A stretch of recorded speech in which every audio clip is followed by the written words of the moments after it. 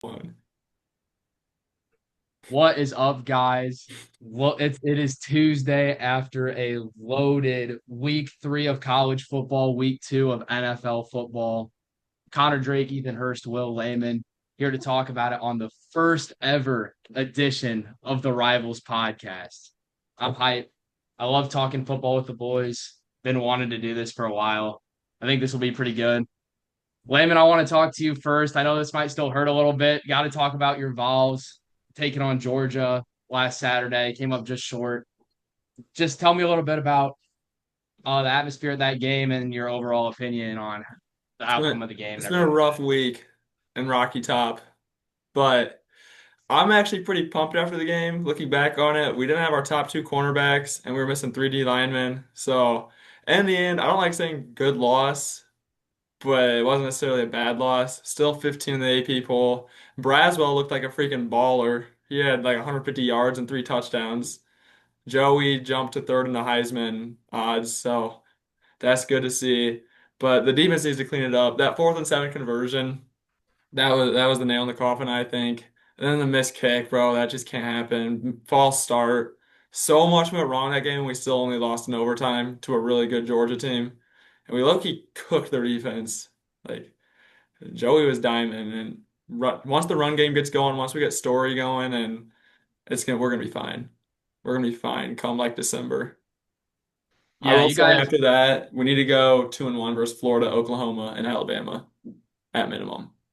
Yeah, I agree with that. I was looking at your guys' schedule today. You guys are still very well in playoff conversation, but yeah, you probably have to get. You got to think you got to get one of those games against Oklahoma and Vandy. I think you guys would beat Florida as of now. They're not, yeah, they haven't been good. I think Bama will be tough because it's on the road, but Oklahoma's at home. I don't think we go 0-2 against ranked teams at home. Neyland was Yeah, freaking popping too, bro. I went to game day, freaking insane. We had people lining up at 12 o'clock the day before. It was electric. yeah. I'm not gonna lie, I didn't get a chance to watch much of it, but I did see the part where they were interviewing DeBoer, and you guys were in the back the entire time doing the war chant, going Heck oh, yeah. oh, oh." That was hype. I like that part. No, I Yeah, thought I thought McAfee was nice to you guys with the picks too. Like he could, I fully expected him to like make you guys like sing all of Rocky Top and then start going, "What's that coming down the track?" Something like that. Like something. He was nice to you guys. He picked Tennessee. yeah, no, he Didn't was work. chill about it. Yeah, no, that game day is always fun. They got Saban. It's a good time. No, definitely recommend it for anyone who wants to Yeah. go. No, yeah, that's a Georgia, I feel like they've been kind of the team to beat in the SEC ever since Saban retired, and Kirby Smart's a great head coach. And putting up 41 points on their defense is definitely just a testament to how good Joey Aguilar has been for them. They obviously won that Nico swap or whatever. Oh, Like it's not even close. yeah, That was great. Nico.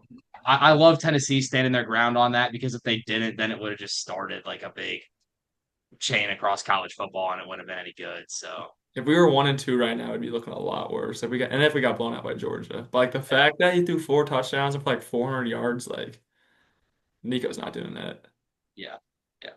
What about you, I, Hurst? What are we thinking on the BYU yeah, Hurst. BYU I got to ask you schedule? about BYU. They're coming off a bye. They're going at ECU this week. They're off to a 2-0 start. They've kind of been dancing right outside that top 25. Give me just your take on the Cougars so far. Yeah, and I don't mind honestly the early week 3 bye. Um, but they've been all right. I know um their defense is elite. Last week, if you watched the game, the score said 27-3, but their offense was just kind of, just right outside the end zone the whole game, just a bunch of field goals. But, that's the growing pains of a true freshman at QB. So, we've been outside the top 25 like the first 4 weeks preseason, week 1, week 2, week 3. Um, just depends how this game goes at ECU. I think they got a decent squad. I think they're 2-1 right now. Um, I think if we beat them pretty handily, then we have a shot at the top 25. But defense for BYU is definitely what's keeping them in games right now. So we'll see. Yeah, I feel like they're really just waiting for you guys to get that win against a solid team, competent opponent for them to put you guys in the top 25. Yeah. Also, you never know, like with the Big 12, I mean, that thing looks wide open right now. You got Iowa State, you got Texas Tech, but I mean, BYU is definitely going to be one of those teams that's right in there until the end. Mm. Yeah. I'll move on, talk about Iowa just a little bit. Not a lot to take away from this week. They were playing UMass. Biggest takeaway, Kirk Ferentz becomes the Big Ten's all-time most winningest head coach with 206 wins. It's pretty significant. It's never going to be broken again. He's going to have a statue outside of Kinnick. Mm. Um, Outside of that, I mean, the positives, I think the forward pass, that was as good as I've seen it in my 2 years here. Granted, it was UMass, but Gronowski looked very comfortable right from the jump, which is really what we needed to see in his third game. Special teams was a mixed bag. We had Caden Weegent had a really good game, punt returner. I think he tied the school record maybe for longest punt return. But yeah, he had another good return that he almost housed before that. You could see he was clearly frustrated, and then he housed the next one. Um, and then after that, we had a blocked punt. Not after that, but in addition to that, we had a blocked punt on special teams. And then we also had a missed extra point and a missed field goal. Not really concerned about that. Kind of just weird stuff that happens, especially Drew Stevens. He's proven himself. He'll be fine. Um, Outside of that, concerns, wide receivers continue to be a little bit of a concern, just dropping a lot of passes. I think we were led to believe that this receiver room at Iowa is a little bit better than it actually is. And then, yeah, I mean, outside of that, for concerns, not a ton. I mean, it's UMass, don't have a ton to take away. Defense, we're still waiting on the first defensive turnover for Iowa, so that could be big. Um, but yeah, again, it's UMass, can't take a ton away from it. D line looks solid. Hopefully that forward pass continues. And we're going at Rutgers this Friday. So that's the first Big Ten contest. Should be good. Enough about college, though. Let's get into NFL week two action. Leman, let's start with your Packers. They got the Yes, dub sir. against Washington on Thursday night. They look good. Give us a little bit about that. You got to be feeling good as a Packers fan. Bad day to be a Vol. Good week to be a Packers fan. 2-0 against two playoff teams last year. Really couldn't ask for a better start from Jordan Love. Micah Parsons, dog wants more snaps. And once he gets those, the defense is going to get better and better. I mean, Rashawn Gary already at like 2.5 sacks, I believe. Lucas Van Ness, who's really done nothing the past 2 years, looking like he's actually going to have like a really good year three. Yes, sir. Yeah, no, that Iowa, bro. He looks Yep. good. He's getting tackles for loss. He's actually like putting pressure on the quarterbacks. And Keyshawn Nixon has 5 passes defended, which is crazy because he was burnt toast last year. And now this year, just like the quarterbacks are getting sped up. It's helping him out. Our corner was looking more solid. Xavier McKinney's doing his job in the back with Evan Williams. Defense is firing on all cylinders right now. So definitely feeling really good about that. And then obviously the offense. I mean, Josh Jacobs off to a bit of a slow start, 3.5 a carry, but he has 2 touchdowns. Jaden Reed, that's not fun that he's out. That I feel like that's gonna tell us a lot about who we are though, because we're gonna finally see who that next who that big target is. And I think Matthew Golden's gonna step up. Tucker Kraft, he's like a top 3 tight end in the league right now, in my opinion. He's looked really good. But yeah, I think I'm feeling confident going forward. We got the Browns this week. Not too worried about that. Hoping that's a feel good game for the offense and just keep it rolling going into week 4 at the Cowboys. Yeah, I know it's early, but I think it's hard to argue, even as a Bears fan, that the Packers look like a top two team in the NFC. I think it's hard to argue they look like the most balanced team in the NFC as well.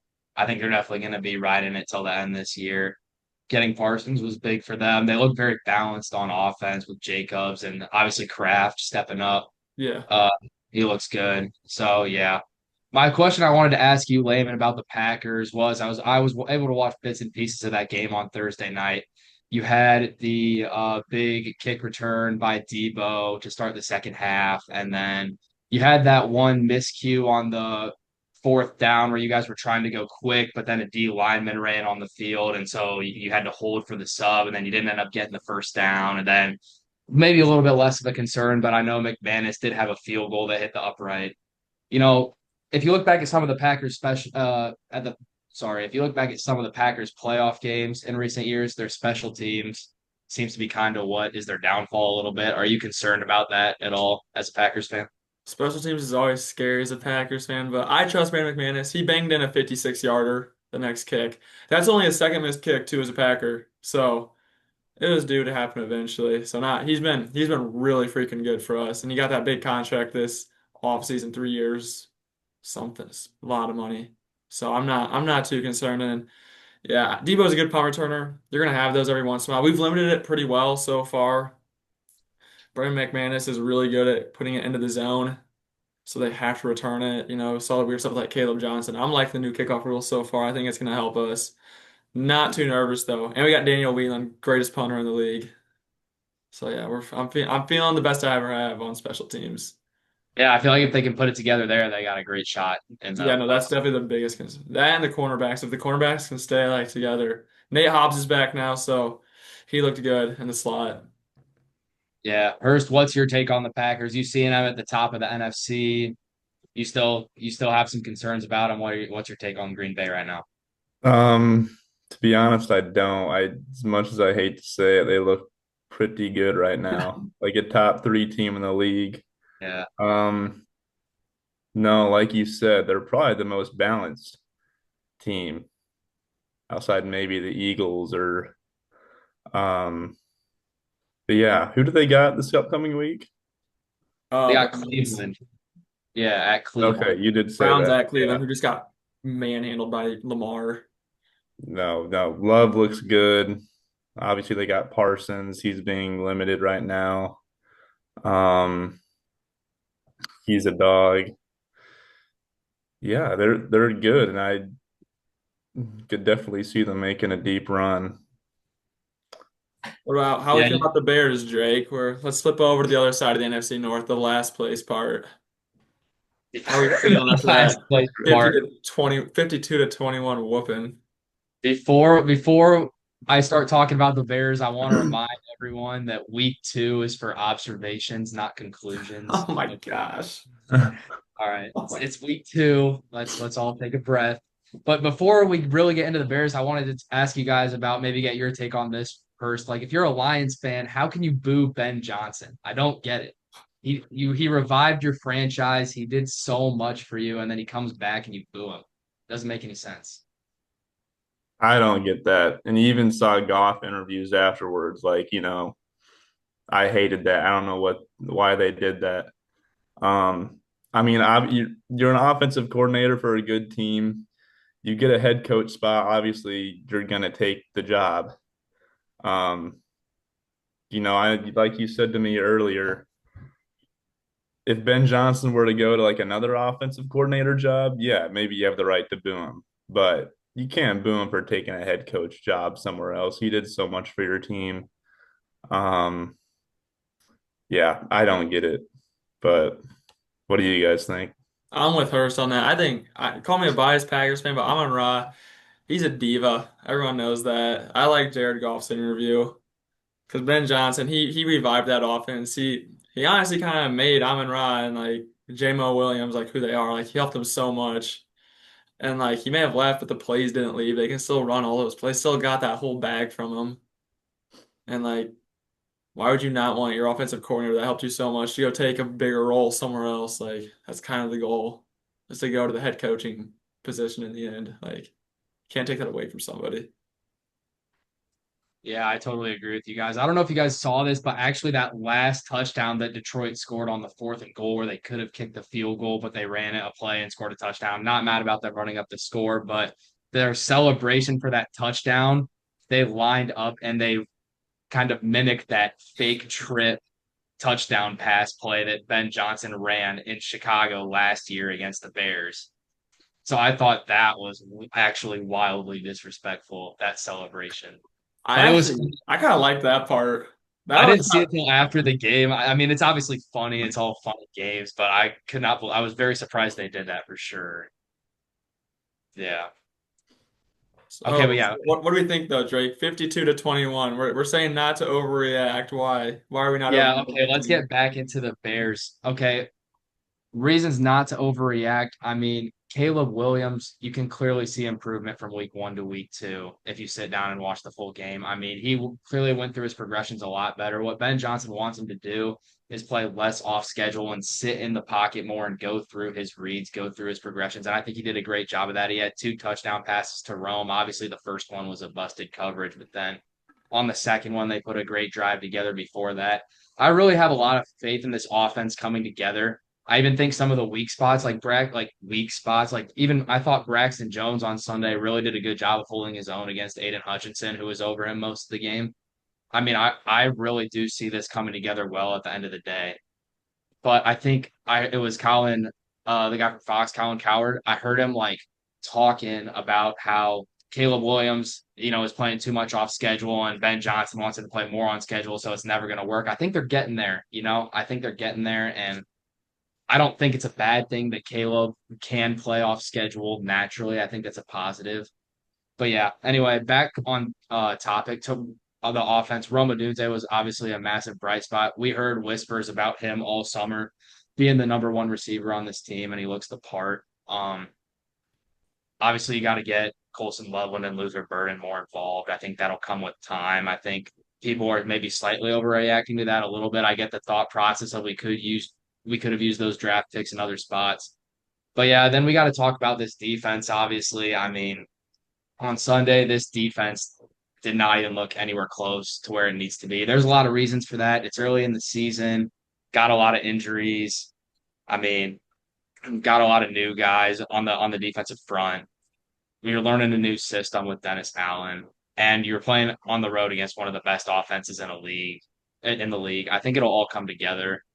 But yeah, it's definitely concerning watching that secondary play, especially with these injuries we have, like TJ Edwards, that's a hamstring. Kyler Gordon, that's a hamstring. We just got word today that Jalen Johnson's probably going to be out for the season with his groin injury, or at least miss a ton of time. So, I mean, for now, like these guys who are playing on Sunday, like that might be who you have. So they're really going to have to step up. Kyle McLeod, Nashawn Wright, all those guys who have been filling in, Jonathan Owens, uh, Noah Sewell, they're going to have to really play a bigger role. But yeah, I thought that D line was really a lot of the problem. 0 sacks, really did not look like they were putting a lot of pressure on Goff. Like that, I always think like that 2 minute drill before the end of the half, we had that bad call at the end there. But like, you can't blame that on the refs. I mean, up to that point, it looked like they were just running offense on air. So the defense has to get fixed. I'm confident it will. But yeah, what did you guys think of the Bears? Let's hear your takes on the Bears. Go ahead, Hurst. No, honestly, I didn't really watch any of the game. I think I might have been golfing at the time. But I mean, the score says how it went. I mean, I'm not a Bears fan. I don't really have a team, but I just feel like it's kind of the same thing over and over. And I almost kind of fell into that the hype train because I don't know. It's early in the season. They obviously still have time. Um, I mean, who do they got next week? They got Dallas at home next week. And I mean, talk about high pressure for Ben Johnson and Caleb Williams. I mean, you have Matt Eberflus, defensive coordinator for the Cowboys, coming back to Chicago. I mean, if he puts on a clinic against Ben Johnson and Caleb Williams, that's going to be a really bad look, and fans are going to be mad. Yeah, I mean, if they lose this game, it's just I don't know, another delusional year for Bears fans. But I don't know. What does your thought process kind of change if they lose this game? Um, You know, not really, honestly. We all knew this was going to take time on both sides of the ball. I think people forget that part. Both sides of the ball are learning a new system this year, plus like all these injuries on defense. I mean, but yeah, this feels like this game in Dallas against Dallas, it feels like it's going to be a shootout. It feels like it's going to be a 50-50 game that we can possibly win. So obviously you want to go and get it. But I mean, I think the main reason that we hired Ben Johnson in the first place is to develop Caleb Williams and get the most out of Caleb Williams. So that's what I'm most concerned with right now, especially in week 3 of year 2, is just we want to see that improvement week to week. And I think that people who are really hard on Caleb Williams right now just need to look at the bigger picture and see that he's developing and he's growing. And he kind of reminds me of Josh Allen in year two, where he's kind of all over the place at times, makes some bad mistakes like that interception. But I think he'll rein it in. I think Ben Johnson will get the most out of him like he's supposed to and get it all figured out. What do you think, Leman? Yeah, no, I think next week's gonna be an interesting game because the Cowboys defense sucks. The Bears defense obviously sucks. I think it's gonna be a shootout. I think Dak's gonna take it. My big concern is for the Bears. Actually, I'm not concerned for the Bears. I don't want them to do good, but my big thing for Bears fans is like I watched most of the Bears game, and you see Caleb Williams throwing the ball, should throw the ball away, throws it right into the Lions' hands. Like that's just a turnover right there. And then like the other thing is like the first drive, both games, both weeks has looked good. Like they scored a touchdown, but then after that, it is just so passive. Check down, screen. Like it's almost like he doesn't want to throw a pick. Like they say they're like they want to make him comfortable, but like they're just it just seems to me that they're putting no momentum going down the field. Like they don't got a deep ball, they don't got these big 60-yard gains.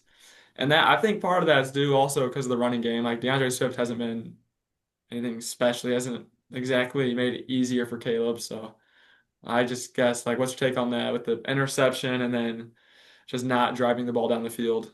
Because I mean they had 14 points and then they scored that garbage time touchdown. Well, let me start with the DeAndre Swift thing. I actually thought that Ben Johnson on Sunday did a better job of realizing like DeAndre Swift is not really like a between the tackles, like big bruiser back. He's more of a guy that likes to run like outside zone and sweep and concepts like that. And I thought Ben Johnson on Sunday did a better job of um game planning for that. And I thought he called more plays that were like that for Swift to just get outside and get into space. As for Caleb Williams, I think you can, if you say he's conservative and then you're worried about that interception. I mean, I think that interception is almost like, yeah, like you've said, we've seen Caleb be over conservative at times. I think that interception was almost uncharacteristic of him, honestly. He's usually super careful with the football. He's usually not trying to throw it down the field and make a big play like that. And it happened on the road in a tough environment in week two against a really good defense. He knows we're down. We're trying to make a play. He's trying to make a play. And I mean, yeah, it's going to happen sometimes with a young quarterback. And I actually don't mind him being overly conservative, trying to not turn the ball over at times. But yeah, I get eventually you have to take shots downfield. I think we have had some pretty long completions this year to like Rome and DJ. Um, so I'm hoping we can get more of those. But I think it'll all come together with time. And I think that there's no way you can watch those first two games and really doubt Ben Johnson going forward. I think we finally have a play caller in Chicago. This is not a Luke Getzey. This is not a Shane Waldron. Like we have our guy. This offense, the concepts clearly look better.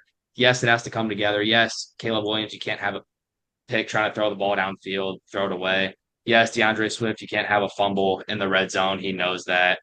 Maybe we got a little too aggressive going for it on fourth down in our own territory pretty early in the game. That was the lone bright spot on defense when Ben Johnson went for it too early on fourth down early in the game. Defense held Detroit to a long field goal and they ended up missing it. So that was probably the lone bright spot on defense. But yeah, I mean, I got confidence going forward. I got confidence in the future with Caleb and Ben. Yeah. No, it'll be interesting to see how it plays out. Yeah. We got about 10 minutes left, so I'm saying get on to I mean, let's get past our teams and let's get the rest of our NFL out there. yeah, all Hope right, Hurst, you go I'll give Chiefs you this first. one. I'll give you this one, the Super Bowl rematch, Chiefs at Eagles. What do you think? So this one I did watch. Or I don't Eagles know. at I Chiefs? just don't really see a team, and it was a close game, but I mean, I'll be shocked if the Eagles not lose again. But I mean, they're probably favored in every game moving forward. They're super good. Um,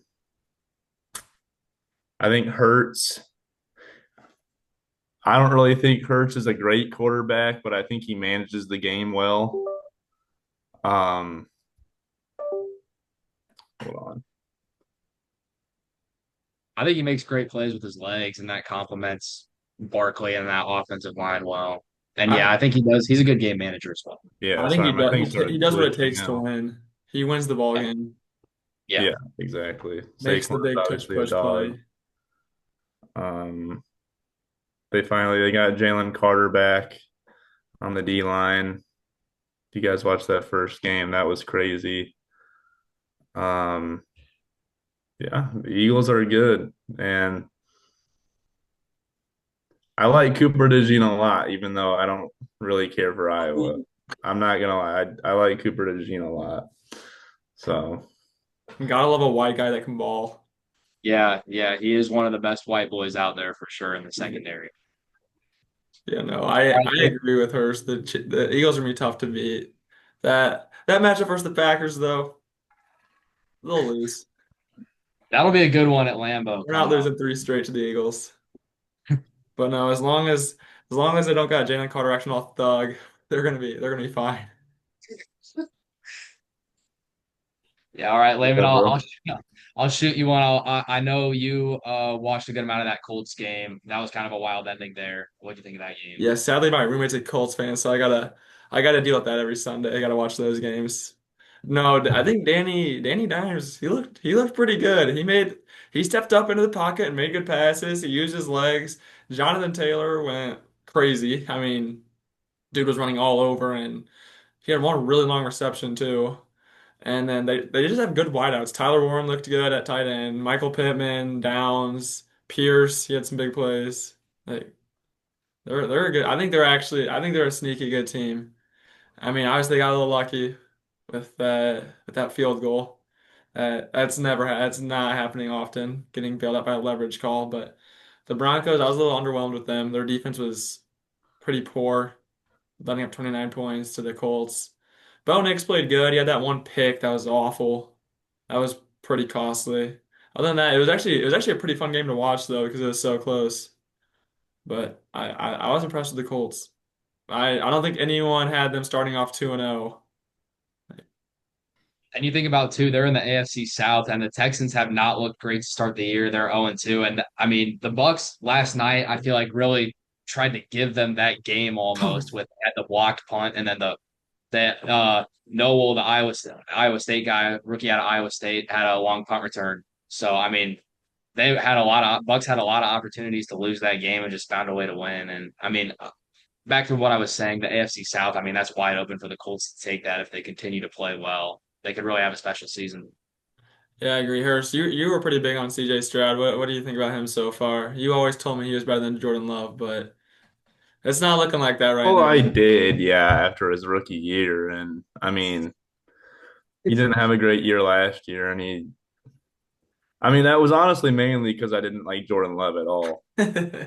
But obviously, Love's better right now. Stroud doesn't look great. I haven't really seen a Texans game yet, um, this year, but I mean, what's his stat line so far? I don't know. What, like one touchdown probably, like two picks.